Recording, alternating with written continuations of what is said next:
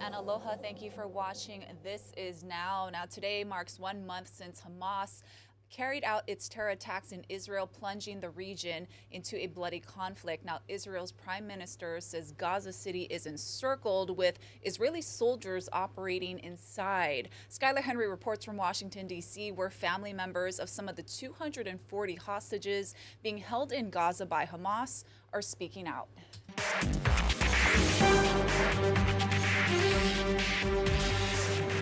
Israeli Defense Forces released video Tuesday showing the destruction of a tunnel in Gaza, which they said was a Hamas structure. Israel's defense minister says for the first time in decades, Israeli forces are in the heart of Gaza City as they try to dismantle the terror organization responsible for the attacks on Israeli communities a month ago today. The ground war is expected to be long and difficult. Hamas released footage showing what it says are Hamas fighters targeting Israeli military positions. As the fighting intensifies, many Palestinian civilians remaining in Gaza City fled. Some expressed support for Hamas as they evacuated. Even I'm not Hamas, but all the Palestinian people together with Hamas, and Hamas is the beast. Hamas says the death toll in Gaza is now more than 10,000, including thousands of children. Israel continues to reject calls for a ceasefire until Hamas releases the hostages. Relatives of some of the 240 held captive visited lawmakers here in Washington to share their stories. This man's 9-year-old cousin, Ohad, is among the hostages. Ohad had a birthday 2 weeks ago. He's a smart, sweet boy. He shouldn't spend his 9th birthday in captivity. He should not be in captivity at all. No kid should and no civilian should. In Tel Aviv, Israelis held a moment of silence to mark the 1 month since the attacks, remembering the 1,400 killed and the hostages waiting to come home. Skylar Henry, CBS News, Washington. Now an update on the Mililani Malka wildfire, which has been burning for more than a week now. The blaze is now 90% contained, and so far about 1,350 acres have been scorched. The fire is in a remote mountainous area roughly 4 miles away from the Mililani Malka community. Fire operations resumed this morning. Officials are hoping that rain overnight helped dampen the area to help with fighting the flames. There are no reports of any injuries or any damaged buildings as a result of the fire. For the first time since the August fires, 2 Maui police officers who saved several people are talking about that life-changing day. They spoke to our Chelsea Davis, and we want to warn you the video you're about to see may be traumatizing. Hello? Everybody's got to evacuate. We got to go. The fire's right here. Let's go. Go, go, go. Where every second counted. Bro. Maui police officers putting their lives on the line for family, friends, neighbors, and strangers. Driving through flames, sometimes surrounded by the fire themselves. Taking evacuees into their own squad cars and transporting them to safety, whether it's reuniting them with loved ones. Maybe I'll just take you straight to the hospital. Does that sound good? Yeah. Okay. Or driving them straight to the hospital for care. Using anything and everything they had. Water bottles, tow straps. You gotta go!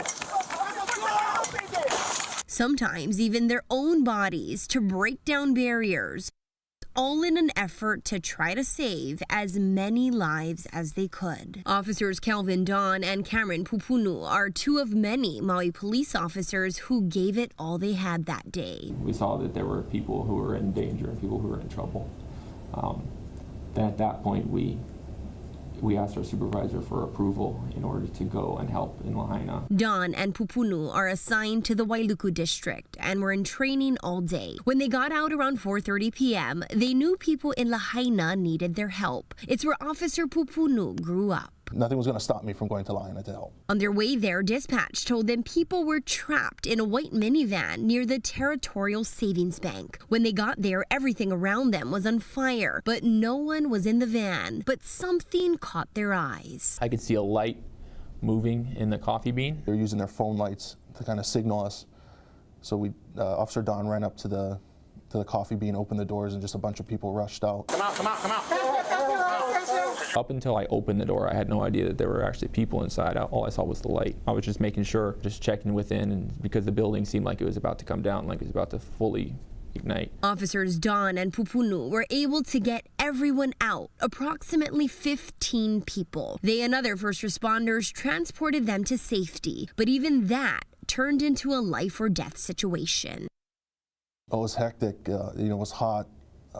The wind was blowing smoke into our eyes, and majority of the buildings around us were burning, so we were rushing. In that area, the road is kind of narrow, and both sides of the road, the buildings were burning, and the car was hot. I felt as though we weren't going to be able to make it back out because how serious the conditions were. I thought that we probably were going to be trapped. But it gave us a little extra motivation that we had 5 people in the back of our car. It wasn't like, if me and Officer Punu get trapped, this is what we signed up for. But as far as them being in the back of our car, we knew we had to make it out. And they did. They say that's exactly the reason why they joined the Maui Police Department, to protect and serve their community. You usually see police officers giving tickets and, sometimes at bad times, like arresting people. But hardly you ever see, officers jumping into burning houses and pulling people out and saving lives. But us going out there is, the reason why I joined, to help. Even reaffirmed the reason why I want to be a police officer, because we joined to help people, and being able to help people in their time of need, especially in a natural disaster, a serious situation where it's life or death. Personally, why going through this situation, it reaffirmed that fact to me, is that police are needed. It's a job I wouldn't trade for the world. That day changed many people's lives forever. Oh, they're shooting it. Oh, this is your house? Yeah. Oh. Out of the 13 officers who live in Lahaina, 11 of them lost their homes. We work a pretty thankless job, so I'd like to thank all the men and women in the police department that was working that day. Their houses burned down, and they're losing all their stuff, but they're still working at saving other people. Definitely is an eye-opener to how rewarding this job can be, and so yeah, big thanks to them. Despite the backlash and criticism police often get, these 2 officers say there's no other job they rather do. Reporting in Wailuku, Chelsea Davis, Hawaii News Now. Governor Josh Green has extended his emergency proclamation for Maui's fire recovery through January 5th. It provides exemptions for hotels and condos to free up units for fire survivors and waives fees for fire evacuees trying to get state documents. It also allows businesses with liquor licenses that burned in the fire to transfer those licenses to new locations. The proclamation also bars price increases on commodities like milk, ice, and rental cars. Meanwhile, the Hawaii Insurance Division has released preliminary data on Maui wildfire claims, and the numbers are staggering. Just under 1,700 claims have been accepted for the loss of structures in West Maui and upcountry areas. The number of submitted claims is over double that. So far, more than $676 million have been paid out. The total estimated loss for structures is over $1.32 billion. 1,465 vehicle claims have also been accepted. And Waianae-based Pono Aina Management has been chosen to build a temporary elementary school campus in Lahaina. The U.S. Army Corps of Engineers awarded the firm a contract worth nearly $54 million for the new campus near the Kapalua Airport. It'll be used by students of King Kamehameha III Elementary, which was damaged in the fire.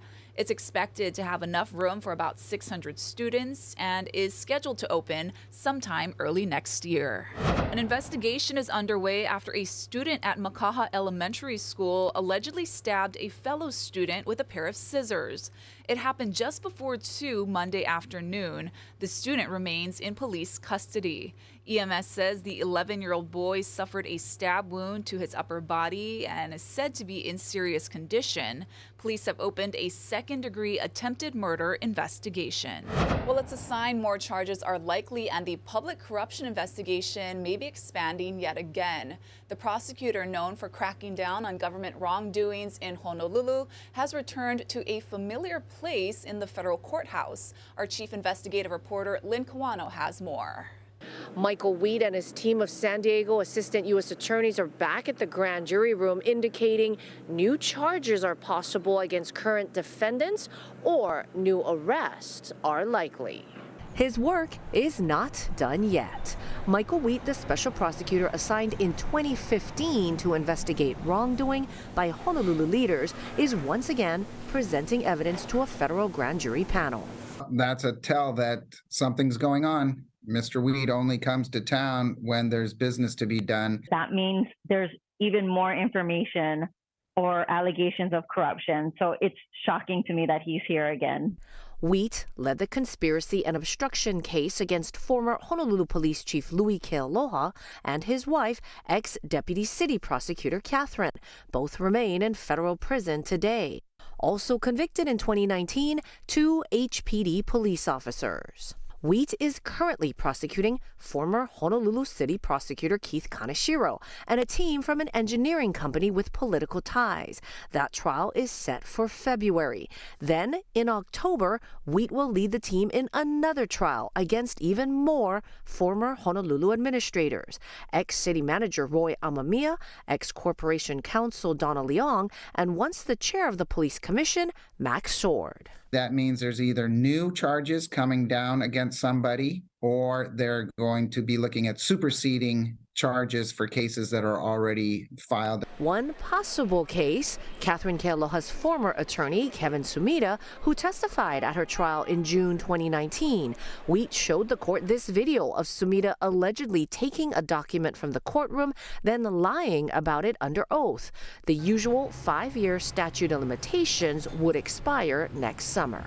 I was actually present in the courtroom. There were several people that witnessed it. It was caught on video. The tricky part of a prosecutor going after a defense attorney is always, the constitutional right to have an attorney, and we don't want prosecutors interfering with that right. So unless there's something really egregious, that's something you really have, prosecutors have to be very careful about. Whether or not that's next on Wheat's agenda remains to be seen, but his presence at grand jury is spurring talk that the largest corruption case in Hawaii history could be growing even more. I'm Lynn Kawano, Hawaii News Now. The U.S. Supreme Court heard arguments today that could determine if states have the right to take away guns from domestic abusers. Now, the defendant had a firearm while under a domestic violence restraining order in Texas, and he's challenging the law, saying it violates the Second Amendment. Natalie Brand has more. What do we want? Justice! When do we want it? Now! Outside the U.S. Supreme Court, a call to keep guns out of the hands of domestic abusers. What is at stake in this case? A million gazillion lives of men, women, and children. Amanda King told us she nearly lost her life to an abusive husband. I was in shock. I couldn't believe that he just shot me in the back of the head. She's among the women who shared their stories while arguments unfolded inside the U.S. Supreme Court. Guns and domestic abuse are a deadly combination. As this court has said, all too often, the only difference between a battered woman and a dead woman is the presence of a gun. Lawyers for 23-year-old Zaki Rahimi are challenging the constitutionality of the 1994 law that led to his indictment for possessing a firearm while having a restraining order against him. He was arrested after shooting his gun in public 5 different times. You don't have any doubt that your client's a dangerous person, do you? Your Honor, I would want to know what dangerous person means. Well, I mean, someone who's shooting, at people, that's a good start. The Biden administration argues that last year's Supreme Court decision in the U.S. versus Bruin case has muddied the waters. That ruling said history and tradition should determine whether laws regulating firearms are constitutional. Once the court corrects the misinterpretation of Bruin, then I think the constitutional principle is clear. You can disarm dangerous persons. Legal analysts say a majority of justices appears poised to uphold the law to protect victims of domestic violence. Natalie Brand, CBS News, the Supreme Court. Cyber criminals are targeting Hawaii's most vulnerable residents with a major attack on SNAP nutrition and general assistance accounts. The Department of Human Services estimates that almost 300 people had their EBT accounts either cleaned out or used for large online transactions. Food assistance recipients went to the state's benefits centers saying they had their EBT cards denied or spotted the fraudulent payments on their statements. I broke down and cried because I felt like I couldn't do my job as a parent to take care of my kids because of something that somebody else did. This type of activity, we're seeing it more and more across the country, in other parts of the community, and phishing and skimming have been around for years. We've just been fortunate in Hawaii. We have not had an incident like this until, just now. The state doesn't know yet exactly how the system was compromised. It urges financial and nutritional support recipients to check their statements and change their PINs regularly. SNAP recipients can have their accounts restored quickly, but it's unclear whether people on financial assistance will be reimbursed. A growing number of Americans are cracking into their retirement fund nest eggs to help pay bills. That's according to a report from Bank of America. BOA says the number of its 401k plan participants pulling cash out has increased by 27% since the first quarter of this year. That's over 18,000 people, the highest level in the 5 quarters the bank has been tracking this data. The average withdrawal is just over $5,000. Now, despite high GDP numbers and low unemployment, Americans are clearly still facing a cash crunch caused by high inflation and rising costs of living. And they're not only tapping into retirement funds. The same report also found that the share of households newly delinquent on credit cards is at the highest level in a dozen years. All right, let's take a live look outside with our tower cam over Honolulu toward Diamond Head. You can see some showers off in the distance and some gray clouds. We have breezy winds and scattered showers today, but we have lighter winds with drier conditions due tomorrow. We're going to have a check on your forecast with Guy Hagi after this quick break.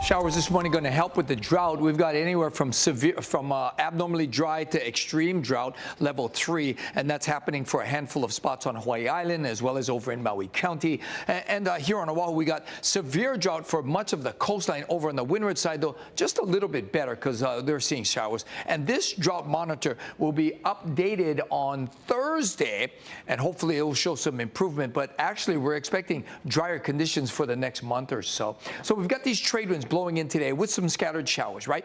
But those winds will shift tonight, and tomorrow and Thursday we'll get southeasterly winds. They won't be that light. They'll be running 10 to 20, so at least we'll have a breeze. But these breezes will be a little bit more humid than the last several days, and drier conditions Wednesday and Thursday. But Friday, when the trade winds come back, they'll also usher in more windward and Mauka showers. It looks especially damp between Sunday and Monday, so heads up on that. United Airlines is bracing for a record-breaking Thanksgiving travel period. United is the first of the major U.S. airlines to release its forecast for the upcoming holiday season, and the airline says it will carry more passengers this Thanksgiving than ever before. United's forecast calls for 5.9 million passengers flying on its planes, and it predicts the travel period to be longer than ever this year, too, spread over 11 days. United expects the Sunday after Thanksgiving to be the busiest.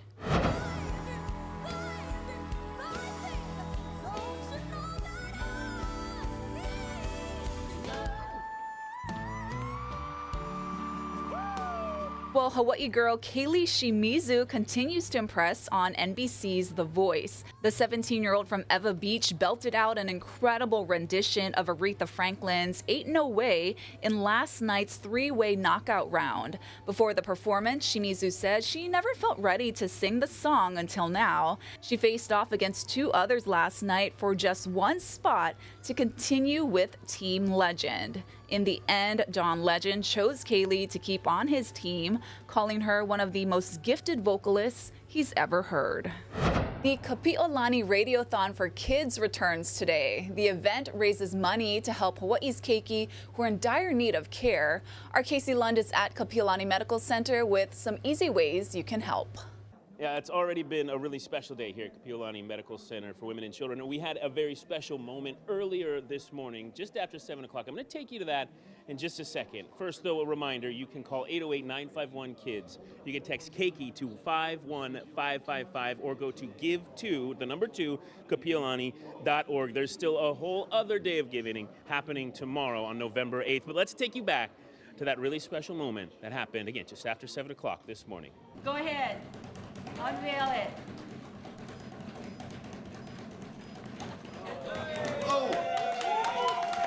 Congratulations, Kapi'olani. This is our gift from UHA Health of $250,000. We are so grateful for all of the employers and our members that support UHA that allow us to do a gift like this. We could not have been more excited in such a turbulent time to be able to come here in 2023 to support the Radiothon, to support our friends, to support our partner, Martha Smith, who was a big partner with UHA Health. And this morning's donation, we could not have been more excited. We want to hear the phones ringing. There's a lot of volunteers here this morning, and we are just excited to help, again, bring quality of care here to Hawaii, as well as being a locally organically grown, physician-founded organization. It is so vital to the care in Hawaii that we keep services done here locally. Also with us today, Amanda Price, the Director of Philanthropy for Hawaii Pacific Health. This is a huge donation. What does this mean, not only to the efforts today, but when it comes to inspiring other people to give? This is a huge deal, right? This is an incredible donation. So UHA is challenging the community to rally today to donate another $250,000 for the Martha B. Smith Cancer and Infusion Center. And this is a new cancer and infusion center that we're building here at Kapi'olani to provide care for our families, not only the children, but also the women. We took people down to the Rehabilitation Services Department, the Playroom. Those are all huge key pieces of the puzzle when it comes to providing care here. And these donations support those. Yeah, these are all programs that are possible in part because of donations. The Child Life program is entirely funded through donations. Everything you see in that playroom, the books, the toys, the staffing, that special care that they offer for children to support their emotional and social needs while they're in the hospital is just possible through donation. So you saw some of our wish list items, a specialized car that we're building for the rehabilitation department so that one special keiki can learn how to drive and learn how to be mobile and be a kid. And develop those motor skills. We saw some really incredible stuff. And again, so much of that made possible by those donations. Amanda, thank you. We want to remind you one more time, because it's not just today, it's a 2-day event happening through tomorrow. You can call 808-951-KIDS, text Keiki to 51555. All those details, if you missed any of them, are online at hawaiinewsnow.com. Please, if you have a little extra to give this year, do so. You can really help a lot of local keiki and their families get through some pretty challenging times. Reporting at Kapiolani Medical Center for Women and Children, I'm Casey Lunn. Send things back into the studio for now. All right, thank you so much, Case. Now for some good news now, if you're going to be on the UH Manoa campus this month, make sure you stop by the Gateway Cafe and say happy retirement to 95-year-old Eloise Luzader. She's going to be retiring as the head cashier after 29 years on the job. She says students have kept her young and she considers them her grandchildren, but she says it's time to retire and she plans to volunteer. Her last day, November 30th, and she wants her current and former students to stop by the cafe for a meal. And after This Is Now at 1 p.m., Governor Josh Green will be joining HNN's Spotlight Now to take your questions on the wildfire recovery, the economy, and more. So scan the QR code on your screen to send us your questions for the governor. Then you can watch the show live starting at 1 p.m. on K5 and, of course, on all your digital platforms. Thank you so much for watching This Is Now. We're going to have more headlines coming up first at 4 right here on KHNL. Aloha.